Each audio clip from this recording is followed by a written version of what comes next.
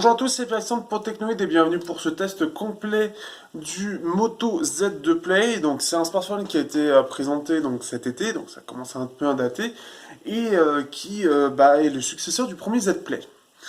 Alors, ce qui fait que ce qui a changé réellement entre le Z2 Play et Z Play, c'est l'appareil photo qui est hérité cette fois-ci du Moto Z, donc avec son ouverture 1.7 et 12 mégapixels. Et vous avez aussi surtout la finesse. Effectivement, il s'est beaucoup affiné. Vous pouvez voir qu'il est très fin et vous pouvez voir mon chat. Tu prends un peu de place le chat. Et donc, ce qui fait qu'il s'est affiné, et donc ce qui fait qu'on a donc un appareil photo qui ressort beaucoup, on en reparlera au design, mais surtout la batterie. La batterie est passée de 3500 mAh à 3000.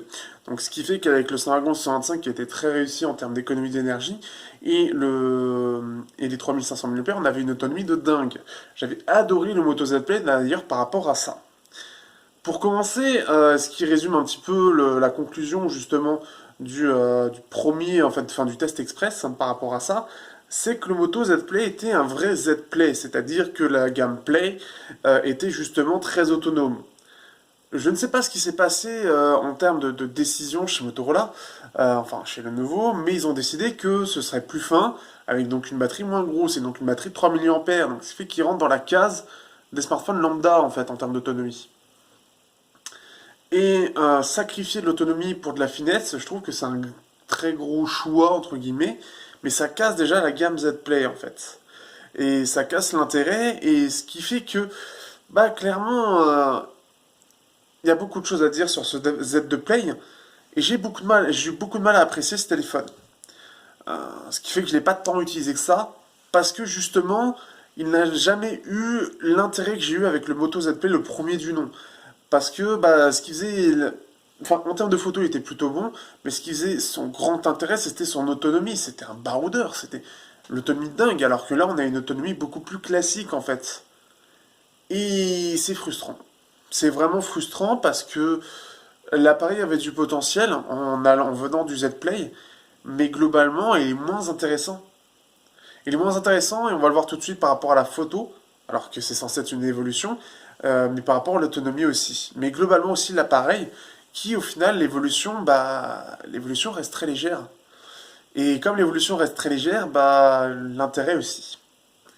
Et il y a des choses en moins qui font qu'il est moins intéressant, et ça on va voir ça dans le test complet. Dernière petite chose avant de commencer, j'ai aussi testé donc normalement ça va arriver après le test complet, donc comme vous voyez à la sortie, mais vous avez le Motomod Polaroid qui vont arriver, bon, j'ai pas été très emballé malheureusement, et le gamepad où pareil, j'ai malheureusement j'ai pas été emballé non plus. Donc ça après vous verrez les tests qui arriveront, mais ce qui fait que là où j'avais eu des motomodes très sympas aussi qui étaient très intéressants, ceux-là étaient beaucoup plus limités en termes d'intérêt. Et ce qui fait que j'ai pas. Cette année, j'ai l'impression que Motorola était. Je sais pas ce qu'ils ont fait en termes de décision, mais que ils ont raté parce que même le Moto Z2, on l'a pas vu. Donc je ne sais pas ce qui s'est passé chez Motorola, mais il y a eu un gros problème sur la gestion par rapport au Z Play. Et j'ai l'impression que les Z3, ça va peut-être être vraiment les derniers avec les motomodes. Quelque chose qui va être à vérifier.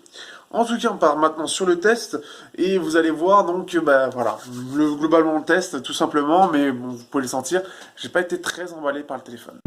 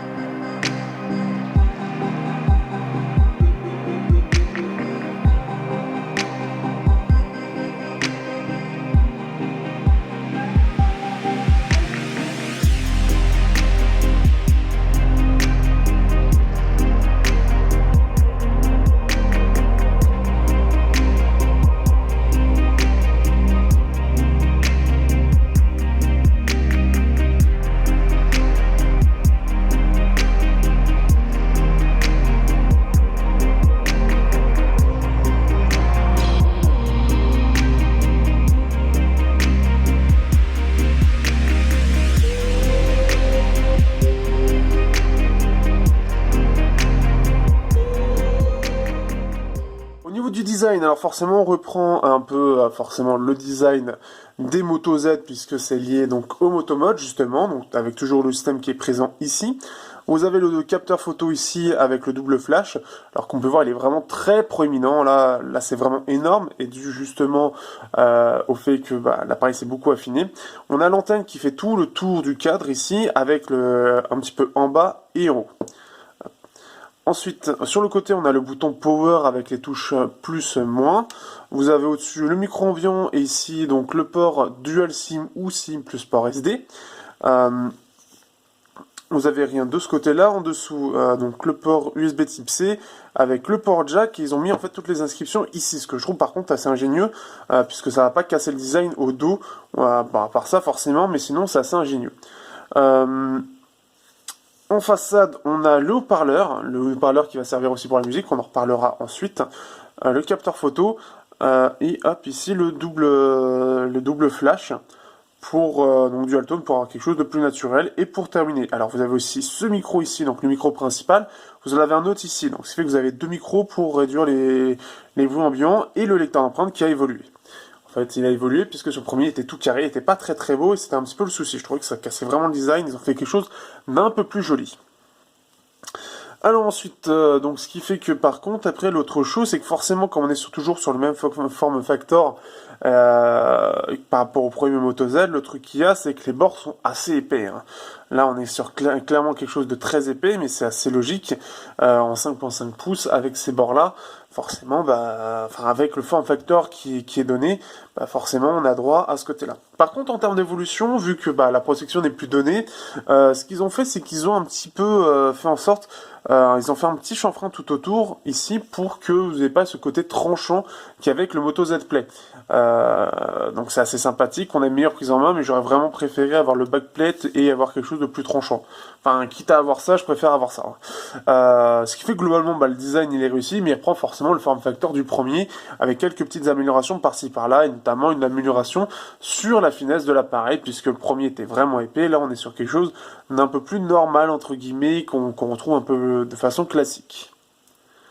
Donc après en soi, en termes de design, donc le fait que le lecteur d'empreintes soit amélioré, donc vous pouvez voir d'ailleurs il est assez réactif, il est un peu plus enfoncé, donc il est agréable, et il y a un vrai chanfrein. On a vraiment une meilleure sensation que le premier, on avait un petit carré, et c'était assez désagréable de ce point de vue-là. Au-delà de ça, donc le double flash, ça on en parlera en photo.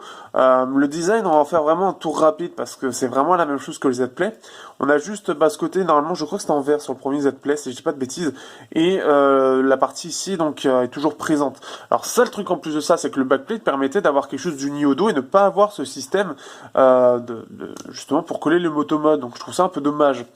Pour ceux qui n'ont jamais vu le côté Motomod, normalement je l'ai montré dans le test express notamment avec la JBL, mais en fait c'est ce système où en fait donc vous avez les picots ici, c'est ce qui permet la connexion. Ça a été repris du projet ARA de Google qui a été abandonné depuis.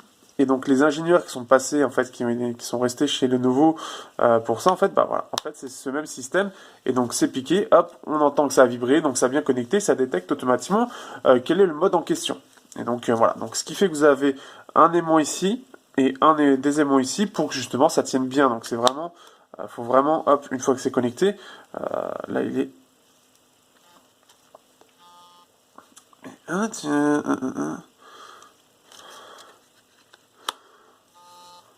Alors là, vous voyez, par exemple, autre chose que je trouve pas terrible, c'est que là, vous voyez, ça ressort en fait.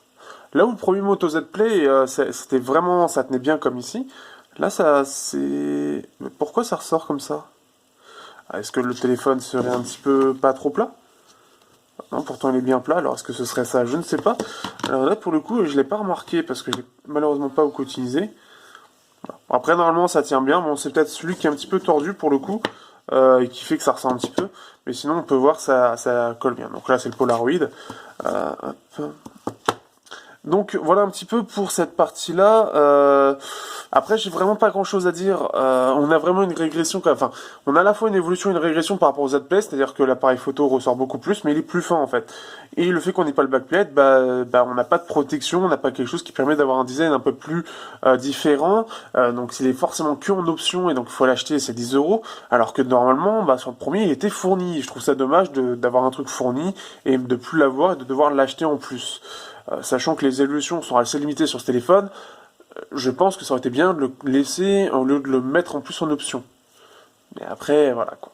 Donc ça fait que voilà, le niveau design, bon, ça n'a pas trop changé. Maintenant, on va passer à la surcouche. Pareil, ça va être assez rapide, mais ça va être en soi globalement un test rapide. Mais voilà, forcément, le design, le changement de design est toujours être très léger parce que justement, on doit gérer par rapport au motomode. Donc forcément, ça va être très léger. Néanmoins, les changements qui ont été faits ne sont pas forcément justifiés, à mon sens. C'est-à-dire sacrifier l'autonomie pour avoir un peu plus de finesse. Si en plus de ça, on sacrifie aussi le dos qui était offert pour ne rien avoir et avoir juste quelque chose d'un petit peu plus sympa en prise en main, un peu moins tranchant, c'est deux décisions que j'aurais pas prises de mon côté. Parce que c'est ce qui faisait la force du premier Z-Play et qu'on perd complètement en fait. Donc ça fait déjà perdre un peu du charme du premier Moto Z-Play. Puis en plus de ça, le fait qu'il soit épais permettait une bonne prise en main. C'est-à-dire qu'on l'avait bien en main, on n'a pas ce côté. Alors là, on l'a bien en main, mais le premier Z-Play avait ce côté très épais où on pouvait justement, on le sentait bien quand on l'avait en main, on l'attrapait bien. Là, on a quelque chose de plus petit, plus fin en termes de prise en fait. Donc ça qui était vraiment sympa sur le Z-Play. Donc là-dessus, il perd du charme du premier Z-Play. Je trouvais que le Z-Play avait vraiment sa personnalité qu'il n'a pas ici. Et ça, c'est dommage. Au niveau de la surcouche, alors, petite déception, on est sur toujours Android 7.1.1 sur ce Z2 Play, avec quand même le niveau de correctif de décembre, mais 7.1.1, on est aujourd'hui en mars. Oreo a été déployé sur divers smartphones. Du côté de Lenovo, pour rester chez Lenovo, Zuc, alors Zuc est mort en soi, mais le suivi du Zuc Z2 qui coûtait 250 euros à sa sortie, eh bien, Oreo est sorti. Motorola, c'est toujours pas sorti. Pour parler de plus d'Asus, pour aller sur un concurrent direct, donc je l'ai en test avec des caractéristiques très similaires. Lui, il est sur Oreo, enfin le Zenfone 3 qui est sorti en même temps que le Z Play, est sur Oreo. Alors, il est où Oreo là-dessus? Ça, c'est la première chose. C'est la première pique, c'est que là, je comprends pas. On est sur une surcouche très légère avec juste la gestion des motomodes et quelques applications Motorola qui sont très simples normalement à développer, qui normalement ne nécessitent pas énormément de monde par rapport à Asus où il y a énormément de choses à remettre, à redévelopper, toutes les applications, toute la surcouche. Donc là, je comprends pas. Ce qui fait que donc au-delà de ça, on est sur Android 7.1, Android pur. Alors en termes d'ajout, ça va être assez rapide. On va regarder. Donc on a ici la boutique Motomode, donc si vous voulez acheter, voir tous les motomodes qui sont présents, ils vont vous montrer. Donc on a le projecteur, la caméra Essence Blade, les haut-parleurs, donc la première ou seconde génération, le Polaroid, la Moto 360 caméra aussi, Moto Gamepad, la Soundboost 2, donc ça, j'ai malheureusement pas pu la voir. Le Turbo Power, Power Pack. Alors Power Pack, c'est ce que j'avais pu tester. Et Turbo Power, il était à 65 euros. On a le système de chargement sans fil aussi, qui est présent.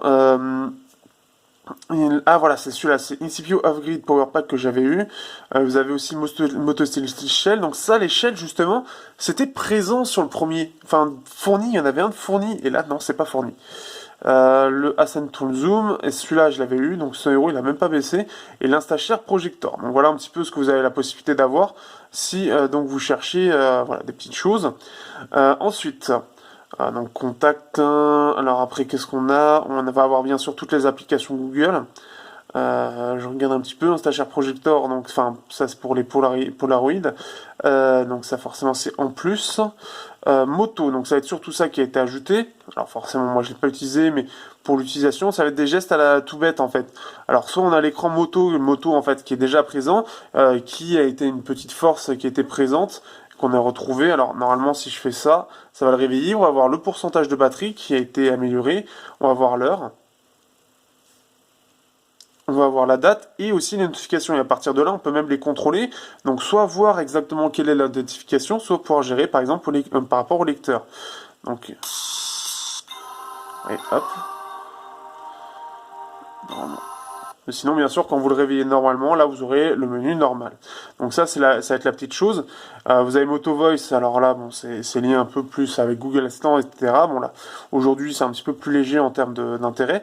Mais vous avez les gestes, par exemple, ou par exemple, ici, donc si je fais ça, ça va lancer la caméra. Si je fais... alors là, je suis sur la caméra, si je fais comme ça, normalement, ça va allumer le flash. Donc c'est ce genre de petites choses.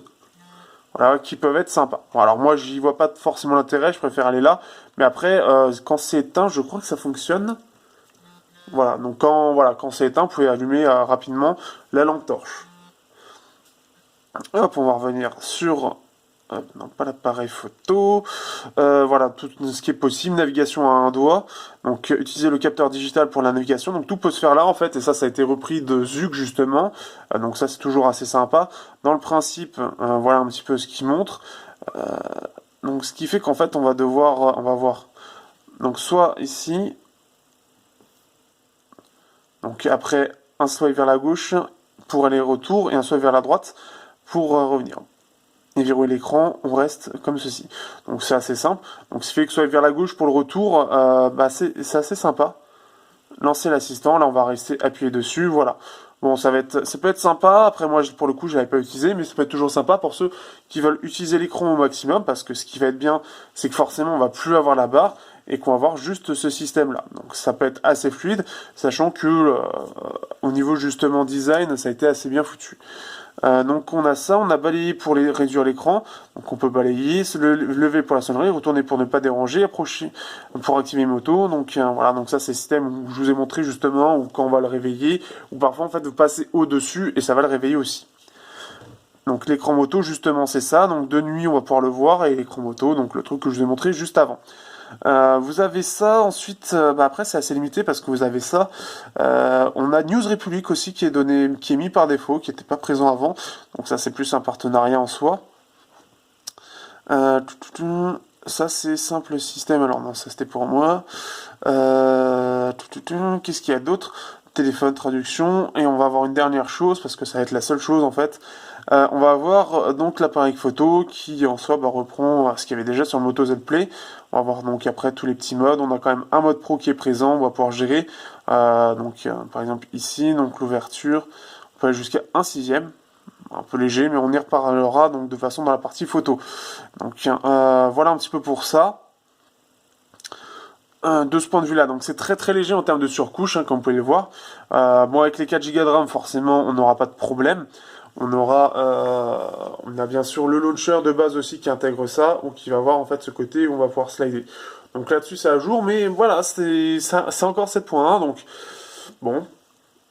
8.0, grouille-toi. Au-delà de ça, après, donc, pas grand chose à dire de plus. En soi, ça fonctionne bien, c'est fluide, c'est efficace, c'est fiable.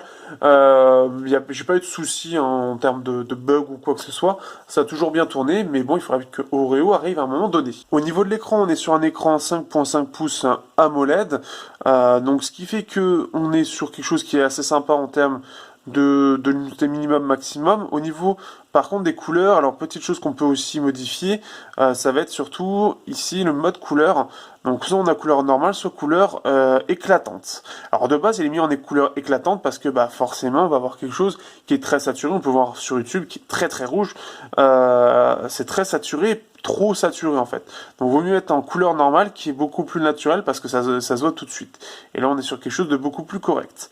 Donc ça va être la première chose en fait quand vous recevez le téléphone. Si vous voulez quelque chose de bien en termes de couleur, ça va être surtout ça. Donc le luminosité maximum c'est plutôt pas mal, minimum ça va être très bas, donc là-dessus pas de soucis non plus. On est sur quelque chose de globalement bon en termes d'écran AMOLED. L'écran AMOLED est de bonne qualité, donc ça va être agréable aussi. Pour ceux qui déjà cherchent un écran AMOLED, donc ça ce qui est bien c'est que Motorola est bien revenu sur du AMOLED, bon c'est le même que le Z Play pour moi, mais il est de bonne qualité et c'est quand même agréable d'avoir un petit écran AMOLED.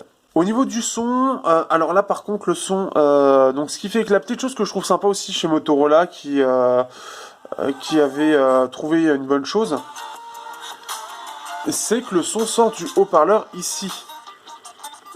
Donc bon, c'est pas un double haut-parleur, mais par contre ce qui est bien, c'est qu'au lieu d'avoir un autre haut-parleur ici, tout est là, et c'est assez sympa. Alors quand on a un motomode, pour montrer, alors j'avais testé celui-là, la première génération. Donc voilà un petit peu le truc qui peut être vraiment sympa. Donc en soi, le haut-parleur ici, donc si je le mets au maximum, il est plutôt au volume. Après, il aura tendance à être surtout sur les médiums ou haut médium en termes de son. Mais globalement, c'est plutôt sympa. Il manque un petit peu de basse, mais ça reste très correct. Donc ça, c'est plutôt agréable. Par contre, ce qui m'a surpris, c'est surtout le son en jack. Alors déjà, le jack est toujours présent, donc ça c'est une bonne chose, mais le son en jack est vraiment sympathique, parce que par rapport au 625, où le son, la jack du Starwagon 625 en général, était assez moyenne, parce que bah, la dynamique était assez basse, on avait surtout, en fait, c'était ça, dynamique assez basse, ça manquait un peu de détails et de stéréo, c'était très basique, c'était propre sur ce qu'il faisait, sur la possibilité qu'il avait en termes de dynamique, mais il n'était pas assez dynamique et ça manquait un peu de détails, de stéréo, c'était très basique en termes de jack, c'était propre mais assez basique, c'était mieux que le Snapdragon 430 quand même. Là par contre je suis très très étonné de la puissance délivrée par le Snapdragon 626 avec sa puce. Là pour le coup Motorola a fait je pense un gros travail parce qu'on a quelque chose de vraiment dynamique, de vraiment détaillé, une bonne stéréo, une très bonne puissance, donc globalement ça va être sympa. Après c'est surtout qu'il va être un petit peu trop, les aigus sont un peu trop mis en avant, quelque chose que j'avais déjà remarqué sur d'autres Motorola, mais les aigus sont vachement mis en avant, donc ce qui fait par exemple avec les Gazette ZS6, c'est assez désagréable parce qu'ils sont déjà aigus, mais rajouter des aigus sur des aigus, ça pique un peu. Mais j'étais vraiment étonné de la qualité de la jack qui est vraiment vraiment pas mal du tout. Donc, ce qui fait que pour ceux qui ont des casques un petit peu gourmands ou qui veulent quelque chose de plutôt bon en termes de jack, eh ben, vous pourriez être étonné de ce Moto Z2 Play qui, pour le coup, il est bon sur quelque chose sur lequel je n'attendais pas du tout. Au niveau de la photo, donc là on est sur un 12 mégapixels en ouverture 1.7. Donc c'est celui qui était sur le Moto Z tout court, donc ce qui fait qu'il était pas mal, mais il était déjà pas vu très très bien par rapport au capteur du Moto Z Play qui était globalement meilleur, ce qui ressortait des tests globalement. Et donc là, ce qui fait que forcément, si tu as un capteur moins bien, déjà d'un smartphone plus évolué, sur un smartphone qui a des capacités techniques pour gérer la photo moins bien, bah ça fait pas de miracle. Donc déjà en termes d'appareil photo, donc là on se retrouve sur l'application Motorola, donc ce qui fait qu'on a bien du 12 mégapixels, on va pouvoir gérer donc capture rapide, son obturateur, enregistrer lieu, et assistance, on peut gérer donc 4K, 1080, qui est stabilisé en plus de ça, donc ça c'est plutôt sympathique. On va voir aussi donc un mode ralenti en 720p, ici, et un mode pro pour ceux qui veulent les gérer la photo. Alors par contre on ne pourra pas faire de pause longue, ça c'est dommage, puisque alors, bon, alors déjà on a le système pour mettre au point. La pause longue, par contre, bah, c'est jusqu'à 1/6 uniquement. Donc je trouve ça assez dommage. Donc, hop. Si on met les ISO là, hop, sans ISO. Et qu'on fait hop, hop, hop. Voilà, donc on peut jouer à 1/3. Normalement, il y avait 1/6. J'avais vu 1/6, mais 1/3. Voilà. Donc on peut aller jusqu'à 1/3 grand maximum, donc pas de pause longue, donc ça c'est assez dommage. Pour revenir à la photo, donc ce qui fait que j'étais assez déçu et que ce soit en photo frontale que j'ai fait tout à l'heure justement pour la vidéo. Donc déjà on est sur du 5 mégapixels, c'est assez rare de retrouver du 5 mégapixels aujourd'hui, mais 5 mégapixels, alors forcément en termes de détails, sachant que je suis bien éclairé ici, on peut voir que bah bon à part mes problèmes de peau qui ressortent parce que j'ai les creux, bah, et voilà, c'est-à-dire que là ma moustache ça ressort très mal. Enfin, il y a très peu de détails en fait, donc c'est assez moyen de ce point de vue-là. Après, en termes up, on va aller dans le dossier pour que je montre un peu les photos. C'est-à-dire que en termes de photos, le gros problème. Alors en plein jour, c'est plutôt pas mal. On va avoir des photos qui seront plutôt pas mal. Hein. C'est-à-dire que c'est plutôt détaillé. Mais là, on peut voir par exemple le avant. Bah là, par exemple, on voit pas très bien ce qui est décrit là. Mais globalement, comme c'est un petit peu loin, il y a pas mal de détails. Ça reste très correct, hein, mais il y a un lissage qui est présent. Alors le lissage ici, il se voit pas beaucoup, mais le lissage est très présent dès que les conditions lumineuses ne vont pas arriver à suivre.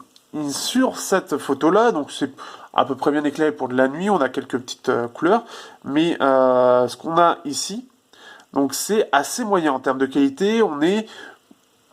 C'est vraiment moyen comparé avec d'autres smartphones en fait que j'ai pu tester. Ben, c'est-à-dire qu'il est équivalent au Echo le S3 de nuit. Le Echo le S3, c'est une ouverture 2.0 avec un IMX 230 qui n'est pas fait pour la nuit à la base. Il n'a pas été développé dans ce sens. Donc, ce qui fait que le lissage est très très important en fait. Ici, on peut le voir, ce fameux lissage, notamment en fait, ici en fait, tout ça c'est lissé. Là, c'est légèrement pas au point, mais tout ça c'est lissé et ça se ressent vachement en fait. C'est assez horrible et c'est très très moche. Qu'est-ce que j'avais comme photo qui montrait bien? Là, non. On va le voir ici en fait, ça se voit beaucoup en fait sur le côté grain qui est lissé mais pas trop et ce qui fait que ça fait assez moche. C'est vraiment pas beau. Aussi, il manque un petit peu de couleur par rapport au Zenfone 4 ou même aux UX2 avec Google Caméra. On sent une différence assez importante en termes de qualité. Euh, on peut voir aussi que sur les coins, ça aura tendance à vraiment perdre en détail.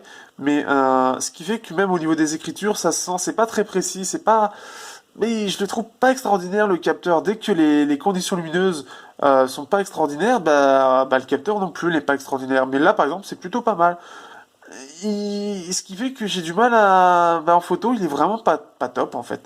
Et ce qu'on voit le plus, c'est que c'est là où c'est le plus étrange, c'est que là en fait, il va tendance à avoir lissé pour rien. Là, c'est-à-dire que là, j'ai pris la photo de départ.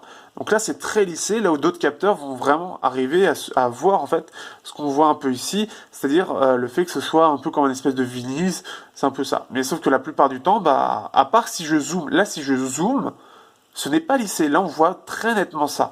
Mais si je ne zoome pas, eh ben, il va complètement le lisser. Mais alors complètement. Donc, ce qui fait que après divers tests, normalement ici, bah voilà, là on le voit quasiment pas. Il y a même des photos où il disparaît complètement.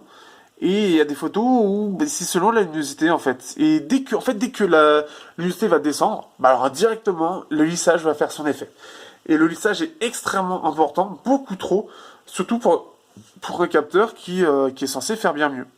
Ici, face au Zenfone 4, alors il y a un petit peu de grain, ce qui est normal. Par contre, bah, ici, c'est pas très très bien détaillé. Ça manque de précision. Là où le Zenfone 4 ou le Z2 vont avoir quelque chose de plus coloré, plus précis pour ce câble. Ici, ça manque vraiment beaucoup de précision. Là, on a vraiment une grosse perte de détails. Il y a beaucoup de choses en fait. Le problème de ce capteur, c'est ça. C'est que dès qu'on va être sur des conditions un peu moyennes, bah, ça va être moyen. Là, on peut voir ici, alors là, par contre, pour un appareil de nuit, là, c'est vraiment pas terrible. Là, ça manque énormément de précision. C'est vraiment très très moyen. Normalement, comme je les ai fait il y a pas longtemps, on devrait pouvoir retrouver les photos. Donc, ce qui fait que là, on est sur le Z17 Lite. Et on va se retrouver avec des conditions un peu moins bonnes, mais c'est ce qui s'en rapproche le plus. Là, on est sur, donc pas le Z17 Lite toujours. Voilà, c'est ce qu'il y a ici. Là, on est sur le Z2+. Là, on va voir quelque chose. Voilà, là, Z2+, on a quelque chose qui est déjà assez net, assez sympathique pour de la nuit. Si on arrive, hop, là, on arrive au Asus, le Asus qui... alors ça, c'était le grand angle. Voilà, le Asus de nuit en 1.8, 12 mégapixels. Voilà à peu près ce qu'on devrait avoir avec le Z2 Play. On devrait avoir quelque chose d'à peu près similaire. En plus, on peut voir la scène est très éclairée. Hop, ici, on se retrouve avec le Z2 Play qui, lui, bah, par contre, bah, ça manque terriblement de précision. Donc, ce qui fait que si on compare avec ce qu'il y avait là, bah voilà, ça correspond à peu près plus à ça, qui est le Zug Z2 avec pas la meilleure application, mais même le Zug Z2 avec la bonne application, bah, on peut voir que c'est beaucoup plus précis. Et plus lumineux aussi, donc c'est mieux géré. Et que le Z17 Lite, bah, c'est à peu près la même chose, c'est un peu moins défini qu'on peut voir ici, mais hop, quand on regarde ici, bah, c'est à peu près pareil, quoi. C'est à peu près pareil, c'est un peu moins défini, le Z17 Lite est un peu moins défini pour cette photo-là, qui est très peu lumineuse pour le coup, mais c'est vraiment pas terrible pour une ouverture 1.7, c'est ça que je veux mettre en avant. Donc ce qui fait que de nuit, bah, il faudra pas compter dessus.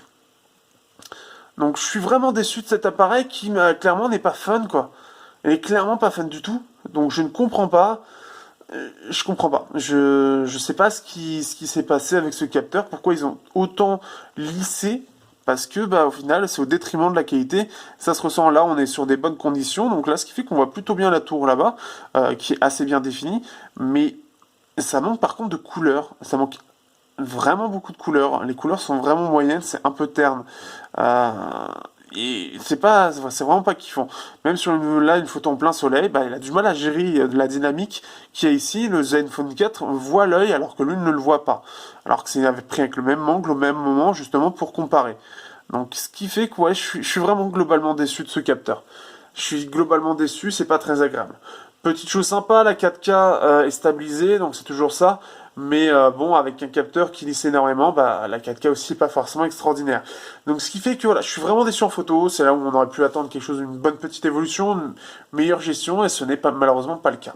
Au niveau de l'autonomie, donc on est sur une batterie de 3000 mAh, on est pas parce que ils ont voulu faire un téléphone plus fin, comme j'ai dit, et donc ce qui fait que au lieu d'avoir les 3500 du Moto Z Play où je pouvais faire du 9, 10, 11 heures écran allumé et le tout en 4G avec du jeu. Je faisais 9 heures avec du jeu, et quand je dis du jeu, c'était avec du World of Tanks, du Battle Bay, donc du gros jeu. Et ce qui fait que c'était enfin je veux dire, la gamme, la base de la gamme des Motorola Moto Z et X Play, la gamme Play, eh ben, c'était l'autonomie. Le Moto X Play, c'était une batterie de 3500. Le Moto Z Play, c'était une batterie de 3500. Et là, ils ont décidé, parce que les gens avaient envie de quelque chose de plus fin, d'avoir une batterie moins bonne pour faire juste quelque chose de plus fin. Ce qui n'a absolument aucun intérêt.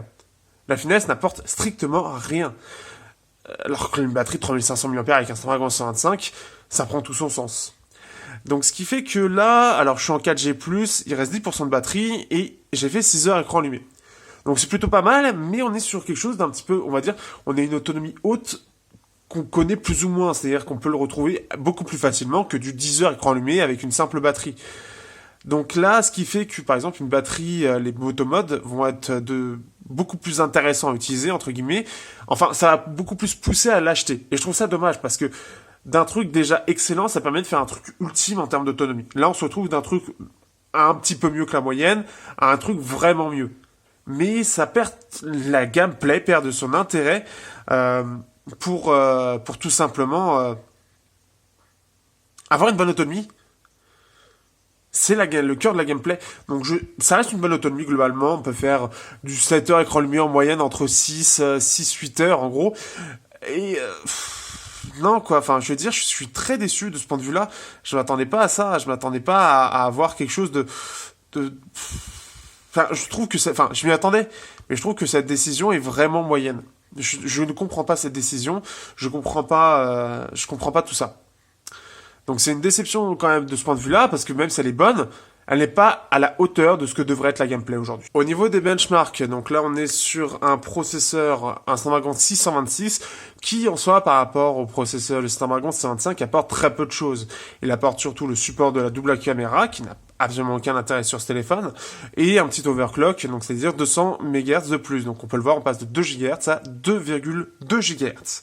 C'est la principale nouveauté, enfin les deux principales nouveautés de cette partie de Snapdragon 626. La réelle nouveauté est plus du Snapdragon 630 qui apporte un peu plus de choses autour et une partie graphique un petit peu plus améliorée.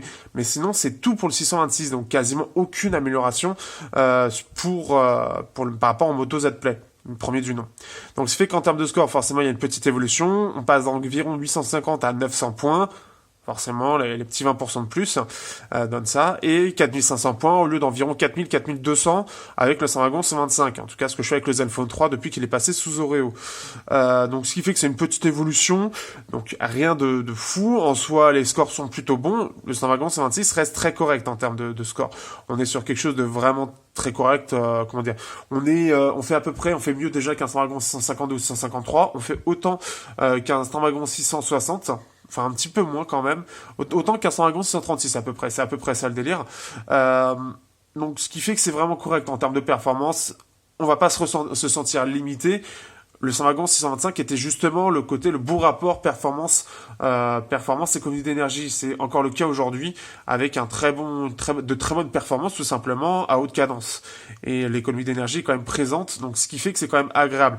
On va être au-dessus comme on peut le voir, on va être presque aussi bien que ce que fait le Galaxy S7. Bien sûr, sur les tâches lourdes, c'est là où il va prendre l'avantage, le S7. C'est parce qu'il va être beaucoup plus performant avec ses cœurs haute performance. Mais globalement, pour la vie de tous les jours, ce sera largement suffisant. On est sur donc GFX Bench, donc le petit benchmark pour la partie graphique. Donc en termes de performance aussi, donc les très légères améliorations. On est toujours sur l'Adreno 506 avec un très léger overclock, ce qui fait qu'en gros, au lieu de faire un petit peu moins de 400 frames, on va faire un petit peu plus avec 427 frames. Avec voilà, en gros, c'est ultra stable, hein, même si la courbe est énorme. Si vous regardez, ça va entre 426 et 427. C'est difficile de faire plus stable.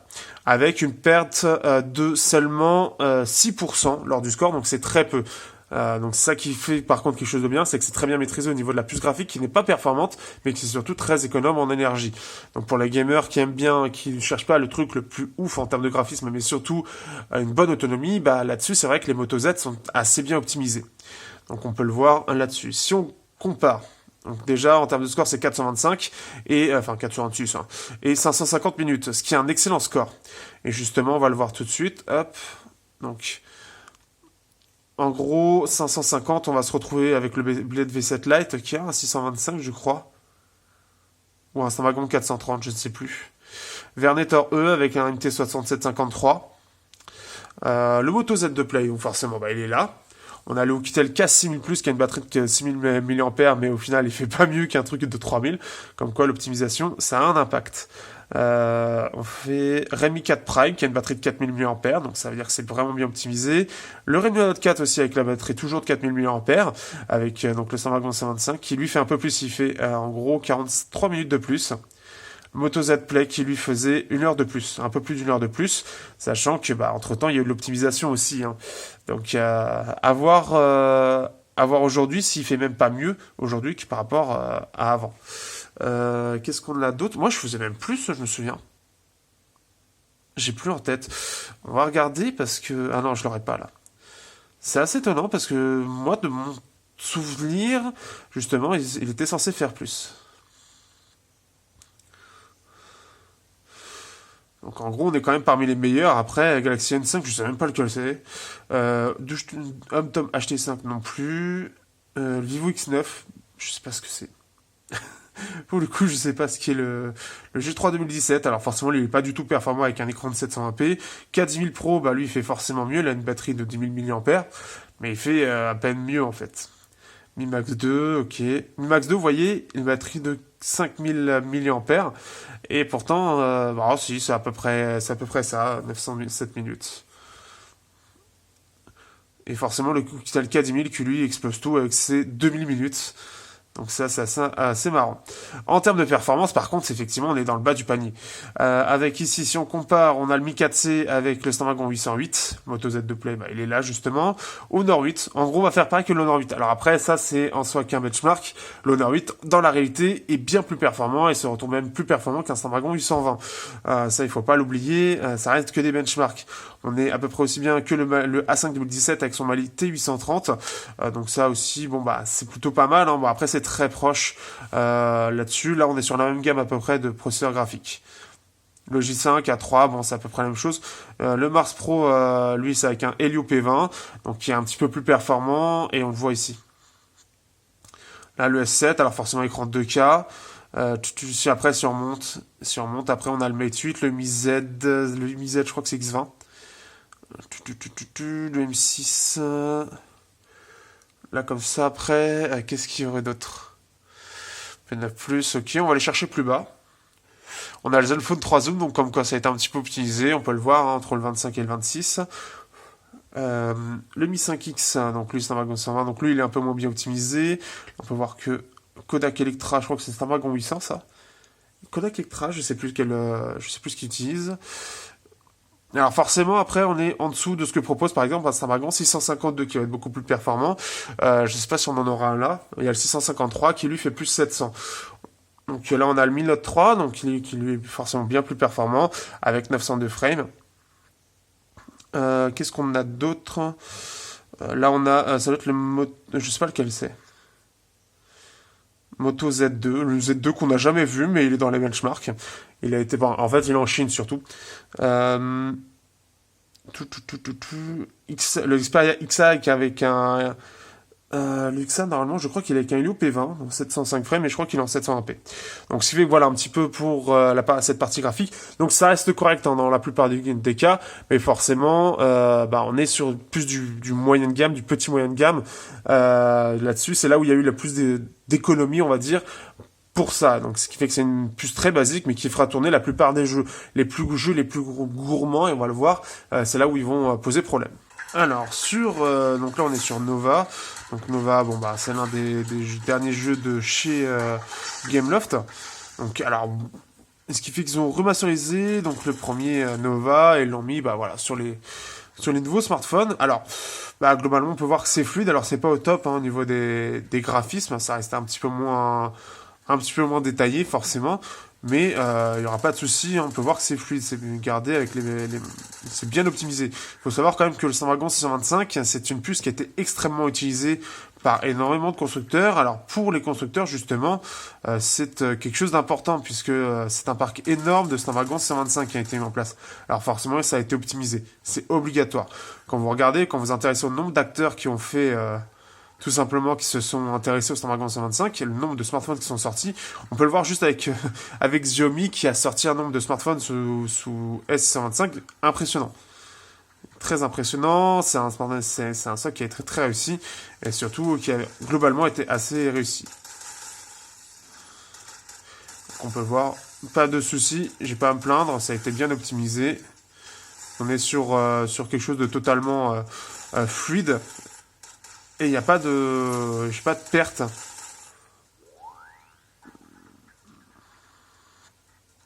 On me traite de patate, donc ça c'est sympa. Euh, en tout cas, on peut voir que voilà, ça tourne nickel. Hop. Donc pas de souci, on va aller voir sur un autre jeu ce que ça donne, mais on peut voir que là, il n'y a pas de souci de ce point de vue-là. On se retrouve sur Real Racing, donc on va voir un petit peu ce que ça donne un petit peu. Mais pareil, ici, Real Racing, c'est forcément ne s'est pas juste contenté de mettre, enfin comment dire, ça a été optimisé aussi. Forcément, c'est une puce qui est très utilisée. Donc on est sur quelque chose qui forcément va aussi bien tourner. Par contre, on va le voir que ça va être un peu plus limité, c'est-à-dire que selon les endroits de la piste, il va y avoir des petits ralentissements parce qu'il y aura des choses un petit peu plus à afficher. Et on peut voir le côté assisté aide beaucoup. D'ailleurs, la manette, heureusement que j'avais ça lors des premiers tests parce que c'était très très chiant. Et on peut voir aussi, pour parler un petit peu, le test de la gamepad va sortir et j'étais très déçu par la gamepad, de sa qualité. J'ai trouvé que c'était vraiment pas terrible et j'ai trouvé que la manette, la Hypega PG 9023, était beaucoup plus intéressante. Au-delà de ça, c'est stable, il y a pas de souci. Au niveau de la chauffe, ça chauffe assez peu, ça chauffera un petit peu sur des jeux un petit peu plus gros, sur des plus longues sessions. Mais le Snapdragon 125 et 26 étant très axé à l'économie d'énergie et très peu sur la chauffe aussi, eh bien, il y aura aucun souci de ce point de vue-là. Donc, vous n'aurez pas à se plaindre de la chauffe sur ce smartphone, tout simplement. Donc, voilà un petit peu sur la partie jeu. En tout cas, voilà, c'est satisfaisant pour la plupart des gens. Alors, que penser de ce Moto Z2 Play? Eh bien, comme vous l'avez pu le voir pendant tout le test, j'ai pas été du tout emballé par ce smartphone. Notamment parce que le premier Moto Z Play lui fait beaucoup d'ombre. C'est un peu le gros souci. En effet, il faut savoir que le Moto Z Play, ce qui a fait qu'il a aussi, c'est que c'était déjà le premier modulaire en milieu de gamme qui était très intéressant. Il était forcément vendu un petit peu cher au départ, mais c'était plutôt correct pour ce qu'il proposait. De plus, les modes qui sont sortis à ce moment-là, et que j'ai pu voir en test, étaient très pertinents par rapport à l'appareil. Une petite batterie supplémentaire, on avait droit au le moto mode, le projecteur, mini projecteur, qui était très très intéressant, et donc malheureusement que j'avais déjà testé, ce petit truc JBL. Donc déjà, ce qui fait qu'avec les motomodes qui ont été présentés cette année, le Polaroid, la Gamepad, le Turbo Power, que j'ai malheureusement pas pu avoir, qui lui pouvait être intéressant, mais la prise en main était un peu douteuse lorsque je l'avais pris en main. Je trouve que cette année, Motorola s'est un peu cassé la gueule. On n'a pas eu le Moto Z2 Play, enfin le Moto Z2, il est sorti qu'en Chine à un prix absolument faramineux, qui était de 1300 euros si je dis pas de bêtises. Il y avait eu un live où j'en avais parlé, et c'était juste dément en fait le prix auquel il était vendu, parce qu'il a surfé sur le côté iPhone X. Le Moto Z2 Play qui a juste complètement cassé son image, et qui en plus de ça est moins intéressant globalement que le Moto Z Play. Ce qui avait été déjà montré, notamment par les numériques, parce que c'est une référence, enfin ils peuvent tester la photo et voir un petit peu ce qu'il y a sur la photo, c'est que le Moto Z Play se débrouillait mieux en photo que le Moto Z tout court, parce que bah, le capteur était meilleur, et même si le Moto Z Play était en ouverture 2.0, il était globalement meilleur que le Moto Z avec un capteur 12 mégapixels inconnu avec une ouverture 1.7. Le gros problème, c'est que ce capteur-là, qui était sur le Moto Z normal, il est tombé sur le Moto Z2 Play. C'est logique en soi, c'est cohérent, mais le problème c'est que quand le capteur de base déjà sur le haut de gamme n'est pas très bien géré, sur le milieu de gamme il est encore moins bien géré. Et résultat, on se retrouve avec des scores qui sont bah, forcément moins bons que le Moto Z Play. Premier point. Deuxième point, c'est la batterie. La batterie, en enlevant 500 mAh pour juste avoir un design un peu plus joli parce qu'il est plus fin, bah on passe d'enlever un truc qui est vraiment utile pour tout le monde à un truc qui est juste design. Je comprends pas. Je ne comprends pas. Je veux dire, les gens. Alors, déjà, je comprends pas les gens qui veulent juste un truc plus fin parce que c'est plus joli, alors que l'autonomie, c'est carrément plus important. Faut dire ce qui est quand même. Enfin, je veux dire, qui va cracher sur l'autonomie qui va être, pour être sûr, rien déjà, de finir la journée. Alors, moi, je la finis pas, je suis obligé de recharger dans la journée. Mais même pour ceux qui veulent tenir 2 jours, enfin, je veux dire, c'est quand même plus agréable. Donc, les mecs sont prêts à sacrifier, à recharger vraiment tous les soirs et à la limite, juste pour que ce soit un peu plus fin. Et puis, même au-delà de ça, le fait de sacrifier la finesse, enfin, sacrifier l'autonomie pour la finesse sur la gamme Play, il y a un truc contradictoire. La gamme Play, justement, Play qui veut dire jeu, pour dire justement, vous allez pouvoir jouer longtemps. Enfin, c'est le principe. Depuis que le Play est arrivé, ça a toujours été le principe. Le Moto X-Play était là pour ça. Il avait ce côté baroudeur, ce côté un peu imposant, parce qu'il avait une grosse batterie, parce qu'il était là pour résister, parce qu'il était là pour avoir une... Voilà, si tu veux voyager, ce genre de choses. Et là, les mecs ont fait ça. Pourquoi? Enfin, je veux dire, pourquoi? C'était quoi l'intérêt? C'est là le truc en fait, c'est que ce Moto Z2 Play est un signe que... En fait, je ne sais même pas ce qu'a voulu faire Motorola cette année. Ils ont présenté un Moto Z2 Play qui, quand ils l'ont présenté, c'était sympa, avec des motomodes qui, sur le papier, étaient intéressants. Je veux dire, le mode Polaroid, bon, alors le test n'est pas encore sorti en soi, sur le papier, c'est intéressant. Comme vous allez voir dans le test, quand ça, c'est censé être blanc, il y a un problème. Ça, c'est censé être ça, là. C'est censé être cette zone-là. Donc, ce qui fait que le Polaroid, c'est raté. Le Moto Gamepad, sur le papier, ça pouvait être intéressant. Alors c'est bien, hein, quelque chose de plat. Mais si l'ergonomie ne le suit pas, bah ça fait quelque chose d'aussi horrible à utiliser. Que ce soit pour... La preuve, je ne l'ai même pas utilisé pour les jeux. Je ne l'ai pas utilisé pour les jeux parce que c'est horrible à utiliser. C'est horrible dans le sens où le seul jeu où j'ai trouvé que ça avait un sens, enfin que c'était bien, c'était Geometry Wars. Mais quand à côté vous avez une manette qui est comme ça, que vous pouvez utiliser, alors maintenant je l'utilise plus vraiment, mais qui a fait ses preuves en termes d'ergonomie, c'est celle-ci, qui est universelle, et que bah, sa remplaçante, la 9055, si je dis pas de bêtises, est un peu mieux designée, enfin un peu mieux différemment designée, et avec un meilleur Bluetooth, donc une meilleure latence. Et je veux dire, les gâchettes. Je veux dire, les gâchettes, là vous en avez des vrais, alors bon, des vrais, pas trop console, mais un. Et là vous avez ces petits trucs-là, sachant que vous tenez comme ça et que en gros il va falloir trouver le moyen d'avoir le doigt sur les gâchettes, enfin sur les sticks, plus ça. Et qu'il va falloir tenir le smartphone, et ce qui fait que vous vous crispez sur la main. Donc ce qui fait que les motomodes, le Moto Z2 Play et l'absence du Moto Z2 en Europe, enfin partout, sauf en Chine, waouh, il s'est passé quoi cette année? Sachant qu'on a un engagement sur 3 ans sur les motomodes. Je pense qu'il y a je ne comprends pas ce qu'a voulu faire Motorola cette année. Il aurait été peut-être plus intéressant d'avoir un Moto Z Play toujours aussi épais, mais avec un Snapdragon 652 ou 653. Parce qu'on aurait eu quelque chose d'un petit peu plus premium, avec des performances plus premium, et avec toujours une très grosse autonomie, mais plus axé performance. Qui aurait été un juste milieu entre le Z Play, qu'ils auraient gardé, en plus léger, moins cher, celui-là, et le Moto Z. Et le Moto Z2, bah, il aurait dû arriver. Il n'est pas arrivé, et pourquoi? Je ne sais pas. Le seul, en fait, le seul truc vraiment bien sur ce téléphone, s'il y a deux choses qui sont assez sympas, c'est qu'on a le lecteur d'empreintes qu'on va pouvoir servir aussi pour la navigation globale et le son. C'est les deux choses plus positives. Le son est vraiment pas mal, c'est même étonnant. Je sais pas ce qu'ils ont mis pour que le son soit aussi bien, s'ils ont mis un petit ampli pour que le son ressorte mieux en jack, mais vraiment ça c'est le truc cool. Et l'autre truc cool, bah, c'est le côté, le lecteur d'empreintes qui est déjà plus design parce qu'il était juste horriblement moche et j'ai jamais compris pourquoi ils ont utilisé ce lecteur d'empreintes sur le Moto Z. Et en plus de ça, bah voilà, là il peut servir de partie navigation, c'est-à-dire qu'on peut enlever les touches logicielles pour utiliser qu'en bas. Et ça vient de chez Zuck qui en fait un excellent travail. D'ailleurs, bah, je suis toujours aussi fan d'eux, même s'ils sont morts. Mais ils avaient quelque chose à proposer eux.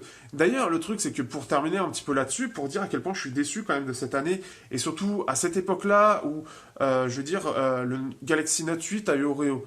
Les Zenfone 3 ont eu Oreo. Le Zug Z2 a eu Oreo. Merde, quoi, les mecs, vous êtes Motorola. Motorola, Google, vous avez récupéré les équipes, normalement.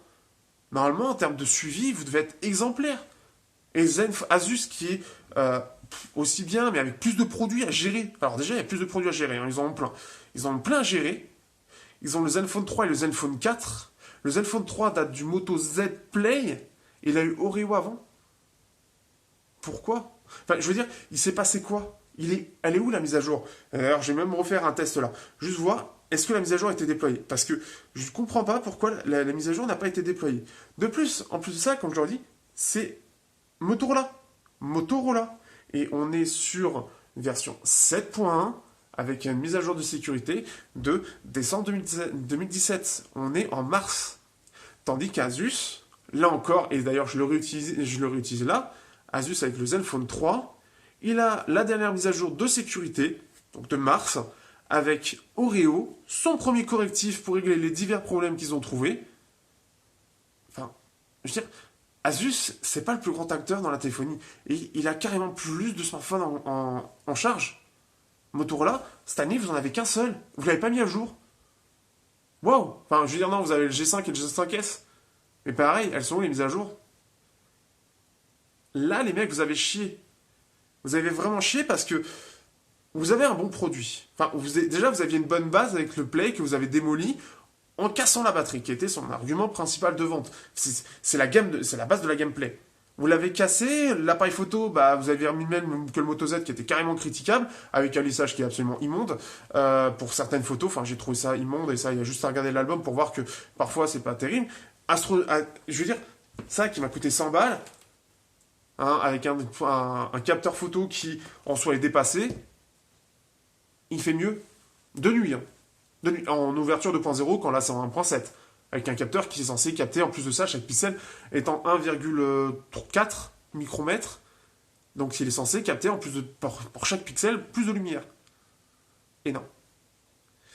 Ce qui fait que ça fait énormément de défauts, et qu'en plus de ça, par rapport au Z-Play, il est limite moins bien. Enfin, il est moins bien. Il est moins bien sur l'autonomie, il est moins bien sur la photo, il est moins bien parce que bah, il est aussi cher, il apporte rien.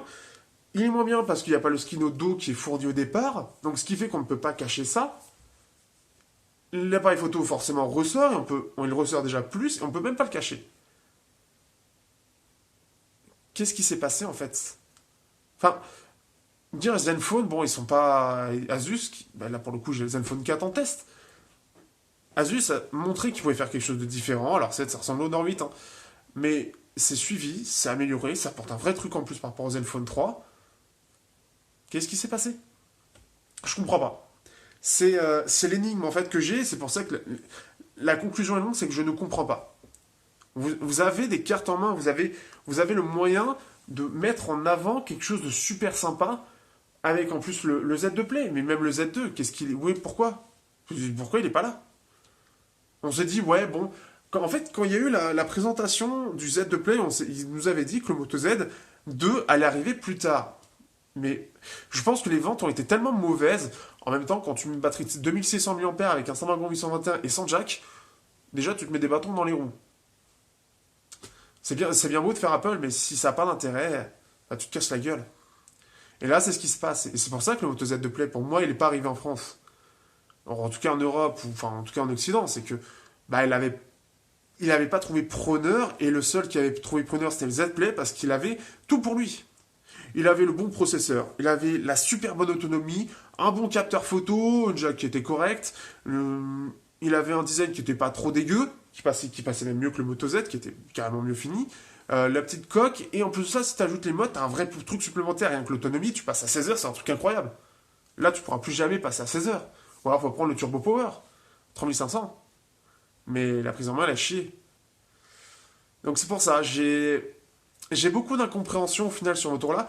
J'aime beaucoup, je veux dire, j'aime bien les équipes de Motorola, elles sont à l'écoute, mais là, pour le coup, même s'ils nous ont expliqué, oui, oui, c'est parce que c'est l'explication, hein, c'est ce qu'ils nous ont dit. Les gens voulaient quelque chose de plus fin, donc on a fait plus fin. Et faites-le, enfin, je veux dire, vous l'avez déjà fait, enfin, vous l'avez fait pour le Moto Z. Mais le Play, il n'était pas destiné à être plus fin. Il n'était pas. Donc, quand au final, bon, j'ai trouvé sympa, je voulais prendre absolument en main, voir la différence avec le Moto Z Play, mais clairement, l'ombre du Moto Z Play plane toujours dessus, et il est toujours plus intéressant, et en plus de ça, le Moto Z2 Play, il y a une perte. Il y a une perte en termes de suivi, il y a une perte en termes d'autonomie, une perte en termes de photos. Ça fait beaucoup, hein. Ça fait beaucoup pour des critères qui sont aujourd'hui primordiaux. Je veux dire, la photo, c'est aujourd'hui le nerf de la guerre sur Android. L'autonomie, bah voilà, quand t'as un téléphone qui ressort de tous et qui permet de se dire, eh, regardez, celui-là, il a l'autonomie, et en plus de ça, il est bon dans à peu près tout. Et je veux dire, quand tu as la meilleure autonomie sur Android, t'essaies de garder cette image-là. Alors aussi, il y a le K10000, mais il n'est pas venu en France, le K10000 d'Oukitel. Mais quand tu as quelque chose qui est globalement bien foutu, à un prix plutôt raisonnable, et en plus de ça, tu as les modules, putain, t'as le téléphone killer. Et là, bah non, t'as plus que les modules. Et les modules qui sont présentés aujourd'hui, ça coince un peu. Bref, j'en ai fini avec cette énorme conclusion, mais c'est clairement, enfin, au final, je reste sur ma faim, et au final, je me dis, en fait, j'ai peur de l'année prochaine. Qu'est-ce qu'ils vont me proposer? Qu'est-ce qui va être proposé cet été? Qu'est-ce qui va être retenu de cette leçon par rapport au Z2 Play, par rapport à l'absence du Moto Z2? C'est la question que j'ai. C'est la question et j'ai peur de la réponse. Alors, apparemment, le Moto X4 d'ailleurs s'est cassé la gueule, il n'avait aucun intérêt ce téléphone.